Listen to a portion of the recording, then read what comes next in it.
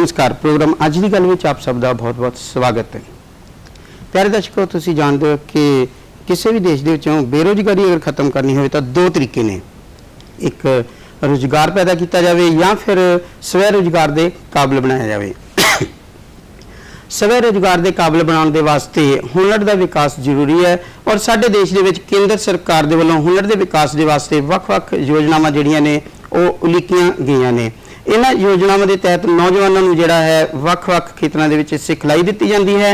पिछले दिनी भी केंद्रीय कैबिनेट के वल्लों काफ़ी योजनावां जिहड़ियां सी हुनर के विकास के वास्ते उन्हां नूं मंजूरी दी गई है और उन्हां योजना दे विच ही एक योजना है PM विश्वकर्मा योजना। अज असीं इसे दे उत्ते ही गल करनी है। साडा अज दा विषय है हुनर विकास अते PM विश्वकर्मा योजना एक चर्चा। और इस विषय के उत्ते चर्चा के लिए अज मेरे नाल स्टूडियो विच माहिर मेहमान वजों हाजिर ने मैडम मनदीप कौर टांगरा जी और वंदना बाली जी। टांगरा जी और बाली जी, बहुत बहुत स्वागत है स्टूडियो विच। शुक्रिया, थैंक यू। सो अज की चर्चा की शुरुआत करते हैं। सब तो पहला मैं टांगरा जी तुहाडे कोल आवांगा। हुनर विकास की है और इसकी की महत्ता है जी? जिवें कि साडे देश दे विच नौजवान जिहड़े आ वो सब तो ज़्यादा उन्हां दी परसेंटेज आ, यूथ फोकस्ड साडा जिहड़ा वो देश आ। सो हुनर विकास स्पैशली स्किल डेवलपमेंट आपां इहनूं कह दिंदे आ।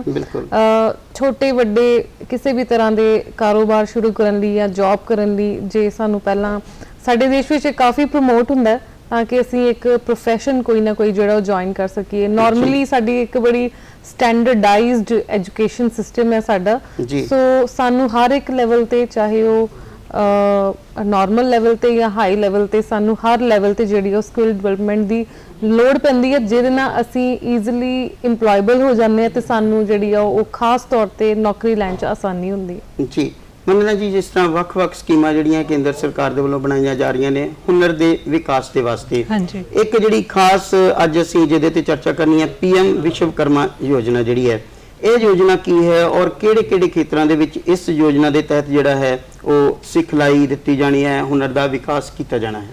जी बिल्कुल नगेंद्र जी, तुसी बिल्कुल सही कहा कि PM विश्वकर्मा योजना जिहड़ी है वो बिल्कुल नवी योजना है ते हाल ही प्राइम मिनिस्टर साहब ने 15 अगस्त नूं इहदा जिहड़ा उद्घाटन कह सकदे हो या अनाउंसमेंट कीती है ते 16 अगस्त नूं ये पार्लीमेंट भी पारित हो गया।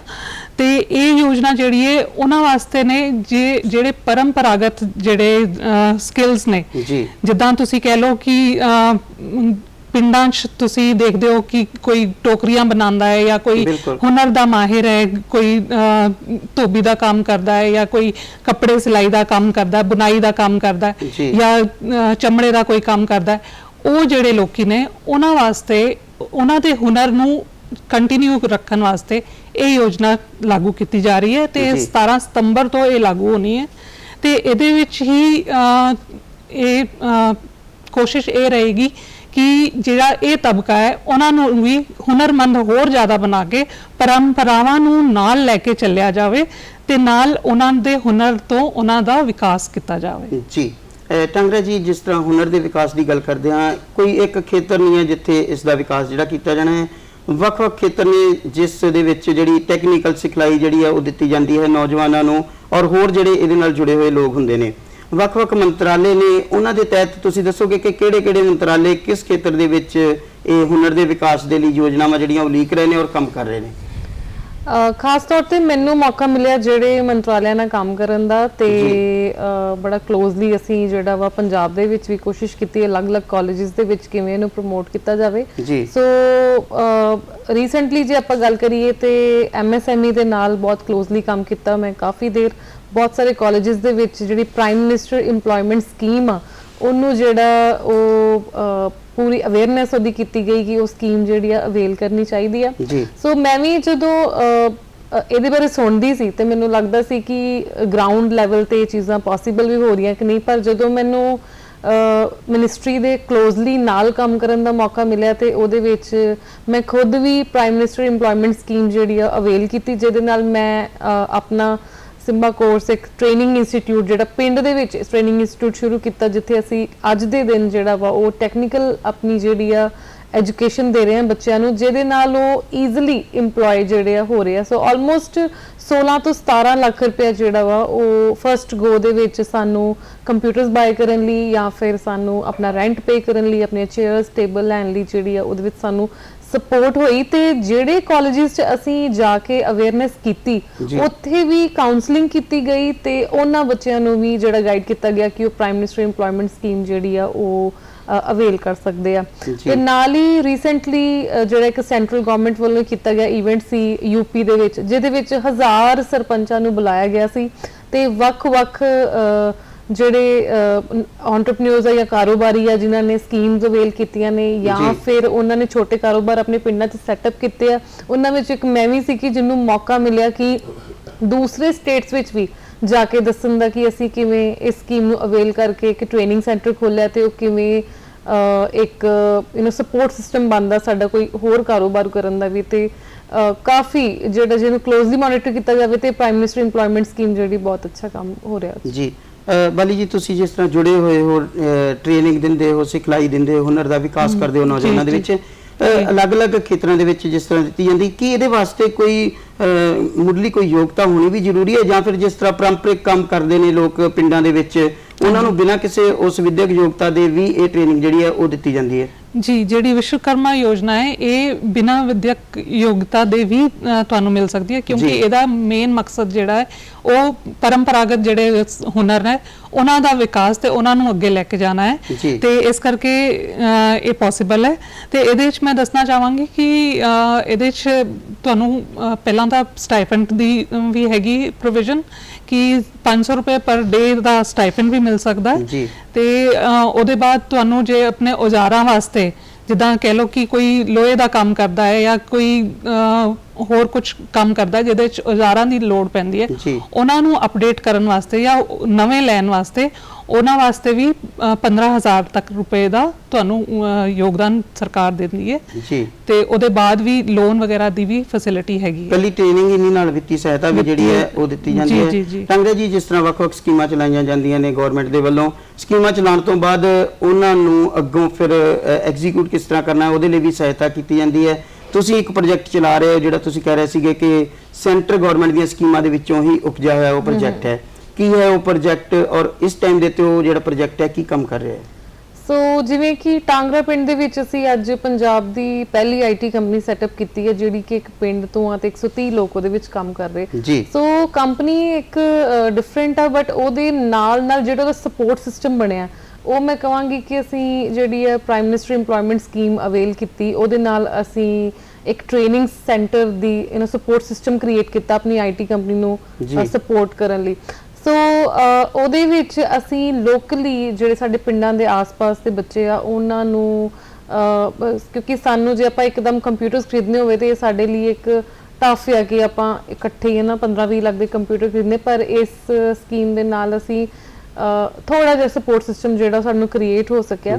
ਸੋ ਅਸੀਂ ਟਾਂਗਰਾ ਦੇ ਵਿੱਚ ਜਿਹੜਾ ਵਾ ਉਹ ਬੜਾ ਸਕਸੈਸਫੁਲ ਟ੍ਰੇਨਿੰਗ ਸੈਂਟਰ ਚਲਾ ਰਹੇ ਹਾਂ। ਇੱਕ ਪਿੰਡ ਦੇ ਵਿੱਚ ਅਸੀਂ ਹਾਈਲੀ ਸਕਿਲਡ ਬੱਚੇ ਜਿਹੜੇ ਆ ਉਹ ਉਹਨਾਂ ਤੇ ਵਰਕ ਕਰ ਰਹੇ ਆ ਜਿਹੜੇ ਕਿ ਵਾਕਿੰਗ ਡਿਸਟੈਂਸ ਤੇ ਤੁਰ ਕੇ ਘਰੋਂ ਆ ਰਹੇ ਨੇ ਬਟ ਉਹਨਾਂ ਦੀ ਸੈਲਰੀ 25-30 ਹਜ਼ਾਰ ਜਿਹੜੀ ਆ ਉਹ ਈਜ਼ੀਲੀ ਕਮਾ ਪਾ ਰਹੇ ਆ, ਅਪ ਟੂ 50,000 ਲੱਖ ਰੁਪਏ ਤੱਕ ਵੀ ਜਿਹੜਾ ਕਮਾ ਰਹੇ ਆ। ਤੇ ਮਤਲਬ ਕਿ ਅਸੀਂ ਜੇ ਚਾਹੀਏ ਤੇ ਇਹਨਾਂ ਸਕੀਮਾਂ ਸਭ ਤੋਂ ਵੱਡੀ ਗੱਲ ਜਿਹੜੀ ਮੈਂ ਇਹਦੇ ਵਿੱਚ ਦੱਸਣੀ ਕਿ ਜਿਹੜੀ ਰੂਰਲ ਲੋਕੇਸ਼ਨ ਆ ਉਹਦੇ ਵਿੱਚ 35% ਸਬਸਿਡੀ ਆ, ਠੀਕ ਹੈ। ਸੋ ਜਿਹੜੀ ਅਰਬਨ ਲੋਕੇਸ਼ਨ ਆ ਉਹਦੇ ਵਿੱਚ ਆਈ ਥਿੰਕ 25 to 30% ਜਿਹੜੀ ਆ ਸਬਸਿਡੀ ਹੈ ਤੇ ਉਹ ਤੁਹਾਡਾ ਇੱਕ ਤੇ ਸਿੱਧੇ ਤੌਰ ਤੇ ਪ੍ਰੋਫਿਟ ਹੁੰਦਾ। ਉਸ ਤੋਂ ਬਾਅਦ ਜੇ ਅਸੀਂ ਵਧੀਆ ਕਰਕੇ ਦਿਖਾਣੇ, ਹੁਣ ਜਿਵੇਂ ਅਸੀਂ ਵਧੀਆ ਕਰਕੇ ਦਿਖਾ ਰਹੇ ਹਾਂ, ਇਸ ਟਾਈਮ ਅੱਜ ਦੇ ਦਿਨ ਵੀ 100 ਬੱਚੇ ਸਾਡੇ ਕੋਲ ਪੜ੍ਹ ਰਹੇ ਨੇ, ਫਿਰ 100 ਬੱਚਿਆਂ ਨੂੰ ਅਸੀਂ ਅੱਗੇ EMPLOY ਕਰਨ 'ਚ ਵੀ ਹੈਲਪ ਕਰ ਰਹੇ ਹਾਂ ਤੇ ਅੱਗੋਂ ਵੀ ਜੇ ਅਸੀਂ ਇਹ ਪੈਸੇ ਰਿਟਰਨ ਕਰ ਦਿੰਦੇ ਆ ਤੇ ਸਾਨੂੰ ਜਿਹੜੀ ਆ ਉਹ ਇਸ ਤੋਂ ਡਬਲ ਅਮਾਉਂਟ ਦੀ ਵੀ ਹੈਲਪ ਜਿਹੜੀ ਹੋ ਸਕਦੀ ਹੈ ਜੇ ਆਪਾਂ ਸਕਸੈਸਫੁਲੀ ਕਰਕੇ ਦਿਖਾਈਏ। ਪ੍ਰੋਬਲਮ ਉੱਥੇ ਆਉਂਦੀ ਜਦੋਂ ਅਸੀਂ ਇਹ ਜਿਹੜਾ ਪੈਸਾ ਸਿੱਧੇ ਤੌਰ ਤੇ ਇੱਕ ਸਹੀ ਢੰਗ ਨਾਲ ਸਾਨੂੰ ਜਦੋਂ ਮਿਲਦਾ ਹੈ ਤੇ ਇਹਨੂੰ ਆਪਾਂ ਗਲਤ ਤਰੀਕੇ ਨਾਲ ਵਰਤ ਲੈਂਦੇ ਆ ਤੇ ਫਿਰ ਉਹ ਸਾਡੀ ਅੱਗੋਂ ਜਿਹੜੀ ਆ ਮਦਦ ਨਹੀਂ ਹੁੰਦੀ। ਫਿਰ ਅਸੀਂ ਕਹਿੰਦੇ ਜਿਸ ਮਕਸਦ ਲਈ ਪੈਸਾ ਮਿਲਿਆ ਹੈ ਅਗਰ ਉਸੇ ਮਕਸਦ ਲਈ ਵਰਤਿਆ ਜਾਵੇ ਤਾਂ ਫਿਰ ਅੱਗੋਂ ਜ਼ਰੂਰ ਮਦਦ ਹੋਰ ਮਿਲ ਜਾਂਦੀ ਹੈ। ਹਾਂਜੀ ਜੀ। ਬਾਲੀ ਜੀ, ਜਿਸ ਤਰ੍ਹਾਂ ਤੁਸੀਂ ਟ੍ਰੇਨਿੰਗ ਦਿੰਦੇ ਹੋ ਉਸ ਤੋਂ ਬਾਅਦ ਵਿੱਤੀ ਸਹਾਇਤਾ ਵੀ ਸਰਕਾਰ ਦਿੰਦੀ ਹੈ। ਆਮ ਕਰਕੇ ਹੁੰਦਾ ਹੈ ਕਿ ਵੀ ਸਿਖਲਾਈ ਸੈਂਟਰ ਦੇ ਵਿੱਚ ਨੌਜਵਾਨ ਜਿਹੜੇ ਸਿਖਲਾਈ ਲੈਂਦੇ ਨੇ ਬਾਹਰ ਚਲ ਜਾਂਦੇ ਨੇ, ਉਸ ਤੋਂ ਬਾਅਦ ਉਹਨਾਂ ਨੂੰ ਪਤਾ ਨਹੀਂ ਲੱਗਦਾ ਕਿ ਆਪਣਾ ਰੁਜ਼ਗਾਰ ਸ਼ੁਰੂ ਕਰਨਾ ਹੈ, ਕਿੱਦਾਂ ਕਰਨਾ ਹੈ, ਨੌਕਰੀ ਲੈਣੀ ਹੈ ਤਾਂ ਕਿੱਥੋਂ ਲੈਣੀ ਹੈ। ਅਸੀਂ ਇਸ ਦੇ ਉੱਤੇ ਚਰਚਾ ਕਰਦੇ ਹਾਂ ਬਾਅਦ ਦੇ ਵਿੱਚ। ਉਸ ਤੋਂ ਪਹਿਲਾਂ ਅਸੀਂ ਸੁਣਦੇ ਹਾਂ ਪ੍ਰਧਾਨ ਮੰਤਰੀ ਸ਼੍ਰੀ ਨਰਿੰਦਰ ਮੋਦੀ ਉਹਨਾਂ ਨੇ PM ਵਿਸ਼ਵਕਰਮਾ ਯੋਜਨਾ ਦੇ ਬਾਰੇ ਚ ਆਪਣੇ ਵਿਚਾਰ ਪੇਸ਼ ਕੀਤੇ ਸੀ। ਆਓ ਪਹਿਲਾਂ ਸੁਣਦੇ ਹਾਂ ਪ੍ਰਧਾਨ ਮੰਤਰੀ ਸ਼੍ਰੀ ਨਰਿੰਦਰ ਮੋਦੀ ਉਹਨਾਂ ਦੇ ਉਹ ਵਿਚਾਰ।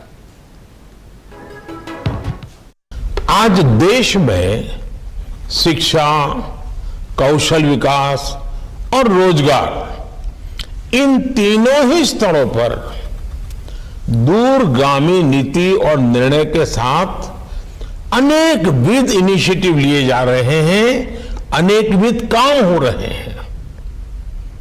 इस 15 अगस्त को मैंने लाल किले से PM विश्वकर्मा योजना की भी घोषणा की थी। ये योजना भी इसी विजन का प्रतिबिंब है। हमारे विश्वकर्मा साथियों के पारंपरिक कौशल को 21वीं सदी की जरूरतों के मुताबिक ढालने के लिए PM विश्वकर्मा योजना बनाई गई है। इस पर लगभग 13,000 करोड़ रुपए खर्च किए जाएंगे। इससे 18 अलग अलग तरह के हुनर से जो परिवार जुड़े हुए हैं, ऐसे परिवारों को हर प्रकार की सहायता दी जाएगी, उनको लाभ होगा। इससे समाज का वो वर्ग लाभान्वित होगा जिनके महत्व की चर्चा तो होती थी, लेकिन उनकी स्थिति बेहतर करने का कभी ठोस प्रयास नहीं किया गया। विश्वकर्मा योजना के तहत लाभार्थियों को ट्रेनिंग के साथ ही आधुनिक टूल्स खरीदने के लिए वाउचर भी दिए जाएंगे। यानी PM विश्वकर्मा से युवाओं को अपना हुनर निखारने का और ज्यादा अवसर मिलेगा। PM ਵਿਸ਼ਵਕਰਮਾ ਯੋਜਨਾ ਜਿਹੜੀ ਕਿ ਵਿਸ਼ਵਕਰਮਾ ਦਿਵਸ ਦੇ ਉੱਤੇ ਜਿਹੜੀ ਹੈ ਦੇਸ਼ ਦੇ ਵਿੱਚ ਲਾਗੂ ਕੀਤੀ ਜਾਏਗੀ, ਉਸ ਦੇ ਬਾਰੇ ਚ ਅਸੀਂ ਪ੍ਰਧਾਨ ਮੰਤਰੀ ਉਹਨਾਂ ਦੇ ਵਿਚਾਰ ਸੁਣੇ ਨੇ ਕਿ ਕਿਸ ਮਕਸਦ ਨਾਲ ਇਹ ਜਿਹੜੀ ਸਕੀਮ ਹੈ ਉਹ ਸ਼ੁਰੂ ਕੀਤੀ ਗਈ। ਮਤਲਬ ਜਿਵੇਂ ਤੁਹਾਡੇ ਕੋਲ ਪੁੱਛ ਰਿਹਾ ਸੀਗਾ ਕਿ ਜਿਸ ਤਰ੍ਹਾਂ ਬੱਚਿਆਂ ਨੂੰ ਟ੍ਰੇਨਿੰਗ ਦਿੰਦੇ ਹੋ ਤੁਸੀਂ, ਨੌਜਵਾਨਾਂ ਨੂੰ ਟ੍ਰੇਨਿੰਗ ਦਿੰਦੇ ਹੋ, ਉਹ ਚਲੇ ਜਾਂਦੇ ਨੇ, ਉਸ ਤੋਂ ਬਾਅਦ ਉਹਨਾਂ ਨੂੰ ਨਹੀਂ ਪਤਾ ਲੱਗਦਾ ਕਿ ਅਸੀਂ ਆਪਣਾ ਸਵੇਰੇ ਰੁਜ਼ਗਾਰ ਸ਼ੁਰੂ ਕਰਨਾ ਹੈ, ਕਿਸ ਤਰ੍ਹਾਂ ਸ਼ੁਰੂ ਕਰਨਾ ਹੈ, ਕੋਈ ਨੌਕਰੀ ਲੈਣੀ ਹੈ ਤਾਂ ਕਿੱਥੋਂ ਲੈਣੀ ਹੈ। ਇਹਦੇ ਵਿੱਚ ਵੀ ਕਈ ਵਾਰੀ ਅਣਜਾਣ ਰਹਿੰਦੇ ਨੇ ਕਿ ਇਹ ਟ੍ਰੇਨਿੰਗ ਸੈਂਟਰ ਜਿਹੜੇ ਨੇ ਇਸ ਸੰਬੰਧ ਚ ਵੀ ਉਹਨਾਂ ਨੂੰ ਗਾਈਡੈਂਸ ਕੋਈ ਦਿੰਦੇ ਨੇ? ਜੀ, ਸਾਡਾ ਜਿਹੜਾ ਟ੍ਰੇਨਿੰਗ ਸੈਂਟਰ ਹੈ, ਜਿੱਦਾਂ ਮਨਦੀਪ ਕੌਰ ਟਾਂਗਰਾ ਜੀ ਨੇ ਵੀ ਕਿਹਾ, ਸਿੰਬਾ ਕੋਰਸ ਕਰਕੇ ਸਿੰਬਾ ਕੁਆਰਟਸ ਵਿੱਚ ਹੀ ਅਸੀਂ EMPLOYMENT ਵੀ ਦਿੰਦੇ ਹਾਂ ਜੀ। ਤੇ ਉਸ ਤੋਂ ਬਾਅਦ ਅਸੀਂ ਇੱਕ ਜਿਹੜੀ ਵਤਨ ਵਾਪਸੀ ਦੀ ਲਹਿਰ ਹੈ ਇਸ ਵੇਲੇ ਚੱਲ ਰਹੀ ਹੈ ਪੰਜਾਬ ਵਿੱਚ, ਮਨਦੀਪ ਕੌਰ ਟਾਂਗਰਾ ਜੀ ਦਾ ਬਹੁਤ ਅਹਿਮ ਰੋਲ ਹੈ ਉਹਦੇ ਸ਼ੁਰੂ ਕਰਨ 'ਚ। ਤੇ ਅਸੀਂ ਇਹ ਦੇਖਿਆ ਕਿ ਦੇਖਾ ਦੇਖੀ ਬੱਚੇ ਜਿਹੜੇ ਨੇ ਛੋਟਾ ਜਿਹਾ ਉਹ ਥੋੜੀ ਪੜ੍ਹਾਈ ਕਰਕੇ 12ਵੀਂ ਤੋਂ ਬਾਅਦ ਜਾਂ ਕੋਈ ਵੀ ਛੋਟੀ ਜਿਹੀ ਸਕਿੱਲ ਸਿੱਖ ਕੇ ਬਾਹਰ ਜਾਣ ਨੂੰ ਬਹੁਤ ਆਤੁਰ ਨੇ ਇਸ ਵੇਲੇ ਨਾ, ਬਹੁਤ ਬਾਹਰ ਭੱਜਣ ਨੂੰ ਫਿਰ ਰਹੇ ਨੇ। ਤੇ ਲੋੜ ਇਸ ਵੇਲੇ ਇਹ ਹੈ ਕਿ ਅਸੀਂ ਉਹਨਾਂ ਨੂੰ ਰੋਕ ਸਕੀਏ, ਉਹਨਾਂ ਨੂੰ ਮੋਟੀਵੇਟ ਕਰ ਸਕੀਏ ਕਿ ਇੱਥੇ ਵੀ ਬਹੁਤ ਵਧੀਆ ਕੰਮ ਉਹ ਕਰ ਸਕਦੇ ਨੇ, ਇੱਥੇ ਵੀ ਰੋਜ਼ਗਾਰ ਦੇ ਸਾਧਨ ਹੈ ਤੇ ਉਹੀ ਅਸੀਂ ਕਰਨ ਦੀ ਕੋਸ਼ਿਸ਼ ਕਰ ਰਹੇ ਹਾਂ। ਤੇ ਪਿੰਡਾਂ ਵਿੱਚ ਵੀ IT ਕੰਪਨੀ ਜੇ ਖੁੱਲ ਸਕਦੀ ਹੈ ਤਾਂ ਕੁਝ ਵੀ ਹੋ ਸਕਦਾ ਹੈ। ਜੀ ਟਾਂਗਰਾ ਜੀ, ਤੁਸੀਂ ਜਿਸ ਤਰ੍ਹਾਂ IT ਸੈਕਟਰ ਦੇ ਵਿੱਚ ਕੰਮ ਕਰ ਰਹੇ ਹੋ, ਪੇਂਡੂ ਖੇਤਰ ਦੇ ਵਿੱਚ ਕੰਮ ਕਰ ਰਹੇ ਹੋ, IT ਸੈਕਟਰ ਦੇ ਨਾਲ ਬਹੁਤ ਵੱਡੀਆਂ ਸੰਸਥਾਵਾਂ ਵੀ ਨੇ ਜਿੱਥੋਂ ਬੱਚੇ ਨੇ ਲੰਬੇ ਕੋਰਸ, ਵੱਡੇ ਕੋਰਸ ਵੀ ਕਰਦੇ ਨੇ। ਤੁਹਾਡੀ ਜਿਹੜੀ ਸੰਸਥਾ ਹੈ ਉਹ ਮੁੱਖ ਰੂਪ ਦੇ ਵਿੱਚ ਕਿਸ ਤਰ੍ਹਾਂ ਦੀ ਜਿਹੜੀ ਹੈ ਸਕਿੱਲ ਡਿਵੈਲਪ ਕਰ ਰਹੀ ਹੈ ਨੌਜਵਾਨਾਂ ਦੇ ਵਿੱਚ? ਸ਼ਾਰਟ ਟਰਮ ਕੋਰਸ ਨੇ ਔਰ ਉਸ ਤੋਂ ਅੱਗੇ ਉਹਨਾਂ ਦਾ ਸਕੋਪ ਕੀ ਰਹਿੰਦਾ ਹੈ? ਹਾਂਜੀ, ਸ਼ਾਰਟ ਟਰਮ ਕੋਰਸ ਨੇ, ਉਹਦੇ ਵਿੱਚ ਜਿਹੜਾ 3 ਤੋਂ ਲੈ ਕੇ 6 ਮਹੀਨੇ ਤੱਕ ਕਈ ਕੋਰਸਿਸ ਹੈਗੇ ਜਿਹੜੇ 8-9 ਮਹੀਨੇ ਤੱਕ ਵੀ ਚੱਲਦੇ ਨੇ।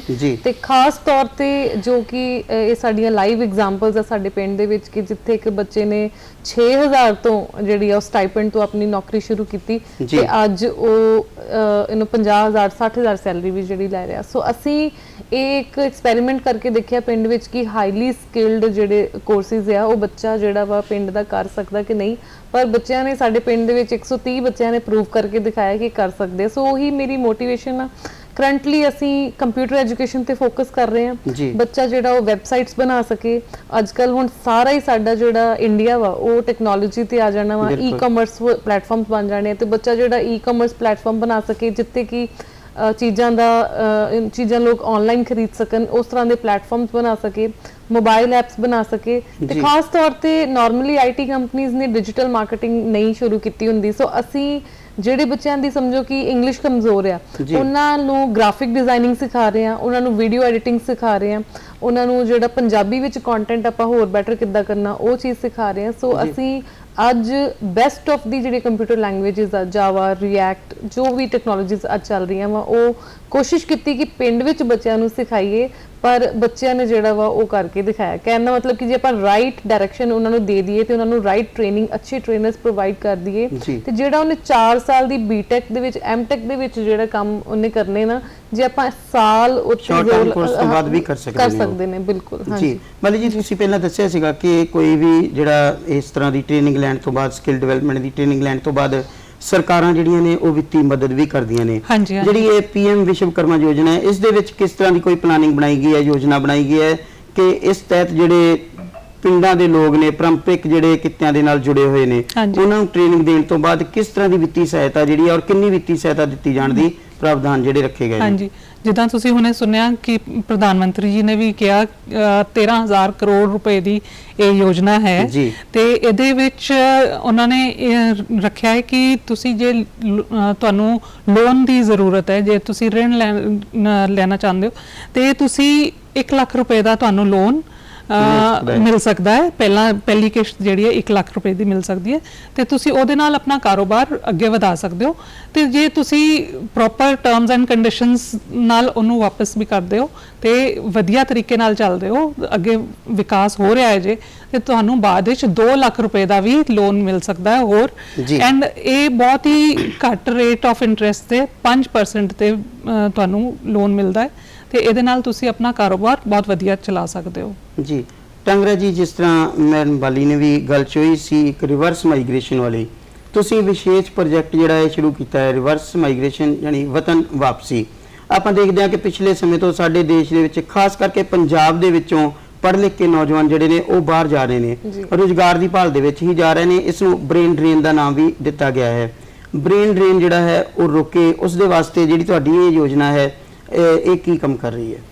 ਸੋ ਅਸੀਂ ਪੰਜਾਬ ਦੇ ਵਿੱਚ ਰਿਵਰਸ ਮਾਈਗ੍ਰੇਸ਼ਨ ਵਤਨ ਵਾਪਸੀ ਮੁਹਿੰਮ ਚਲਾਈ ਹੈ, ਕਿਉਂਕਿ ਪੰਜਾਬ ਤੋਂ ਅਸੀਂ ਸ਼ੁਰੂਆਤ ਕੀਤੀ। ਪੰਜਾਬ ਜਿਹੜਾ ਹੈ ਉਹ ਸਭ ਤੋਂ ਵੱਧ ਨੰਬਰ 1 ਸਟੇਟ ਬਣ ਚੁੱਕਾ ਹੈ ਕਿ ਜਿੱਥੋਂ ਸਭ ਤੋਂ ਜ਼ਿਆਦਾ ਲੋਕ ਜਿਹੜੇ ਆ ਉਹ ਬਾਹਰ ਜਾਣਾ ਜਿਹੜਾ ਚੂਜ਼ ਕਰ ਰਹੇ ਨੇ। ਹਾਲਾਂਕਿ ਜੇ ਦੇਖਿਆ ਜਾਵੇ ਤੇ ਪੰਜਾਬ ਕੋ ਸਭ ਤੋਂ ਜ਼ਿਆਦਾ ਰਿਸੋਰਸਿਸ ਆ, ਕਲਾਈਮੇਟ ਸਭ ਤੋਂ ਵਧੀਆ ਵਾ ਪੂਰੇ ਆਪਣੇ ਦੇਸ਼ ਦੇ ਵਿੱਚ, ਰਿਸੋਰਸਿਸ ਹੈਗੇ ਨੇ, ਰਿਚ ਸਟੇਟ ਹੈ ਪੰਜਾਬ ਸਾਡੇ ਕੰਟਰੀ ਦੀ।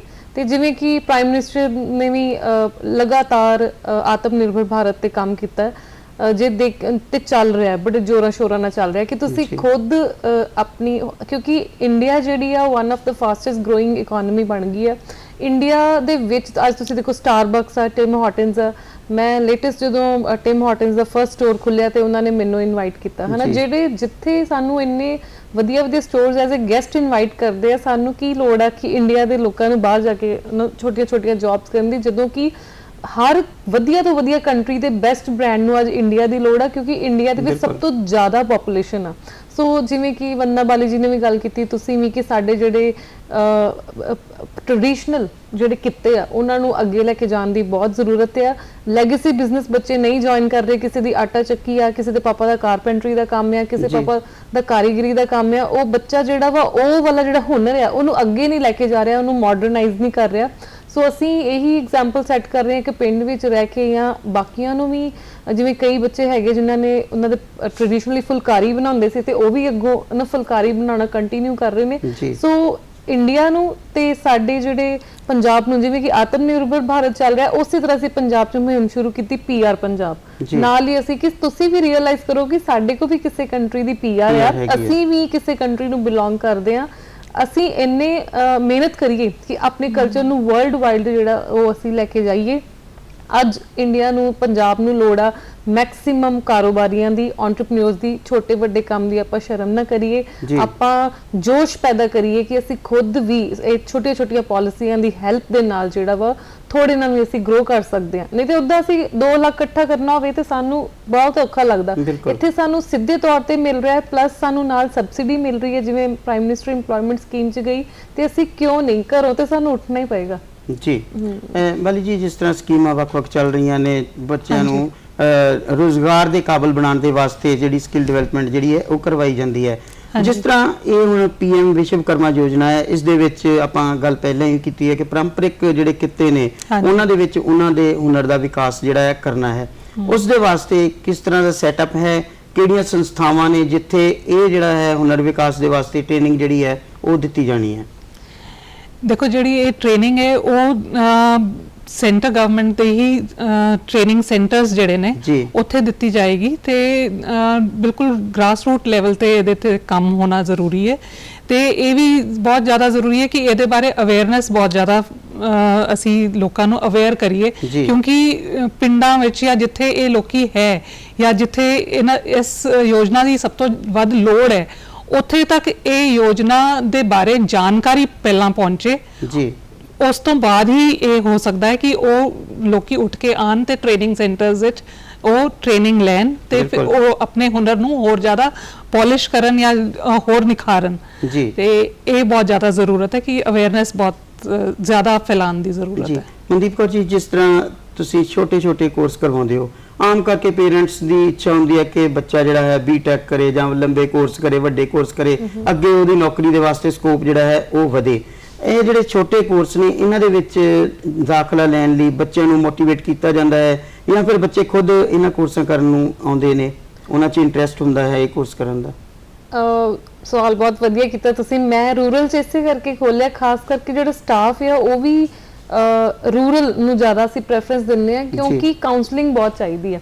ਠੀਕ ਹੈ, ਆਪਣੇ ਵਰਗੇ ਲੋਕ ਚਾਹੀਦੇ। ਜੇ ਬਾਹਰੋਂ ਸਮਝੋ ਕਿ ਕੋਈ ਦਿੱਲੀ ਤੋਂ ਇੰਸਟੀਚਿਊਟ ਆ ਗਿਆ ਸਾਡੇ ਛੋਟੇ ਜਿਹੇ ਪਿੰਡ ਦੇ ਵਿੱਚ, ਤੇ ਉਹ ਜਿਹੜੀ ਕਾਉਂਸਲਿੰਗ ਅਸੀਂ ਬੱਚੇ ਨੂੰ ਪ੍ਰੋਪਰ ਕਰਨੀ ਆ ਜਾਂ ਜਿਹੜੇ ਉਹਦੀ ਫੀਸ ਦੇ ਹਿਸਾਬ ਨਾਲ ਐਡਜਸਟਮੈਂਟ ਕਰਨੀ ਆ ਉਹ ਨਹੀਂ ਹੋ ਪਾਉਂਦੀ। ਸੋ ਕੋਸ਼ਿਸ਼ ਪੂਰੀ ਇਹੀ ਆ ਕਿ ਬੱਚੇ ਨੂੰ ਪੰਜਾਬ 'ਚ ਪੰਜਾਬ ਵਰਗਾ ਹੀ ਮਾਹੌਲ ਦੇ ਕੇ ਉਹਨੂੰ ਪੂਰਾ ਮੋਟੀਵੇਟ ਕਰਕੇ।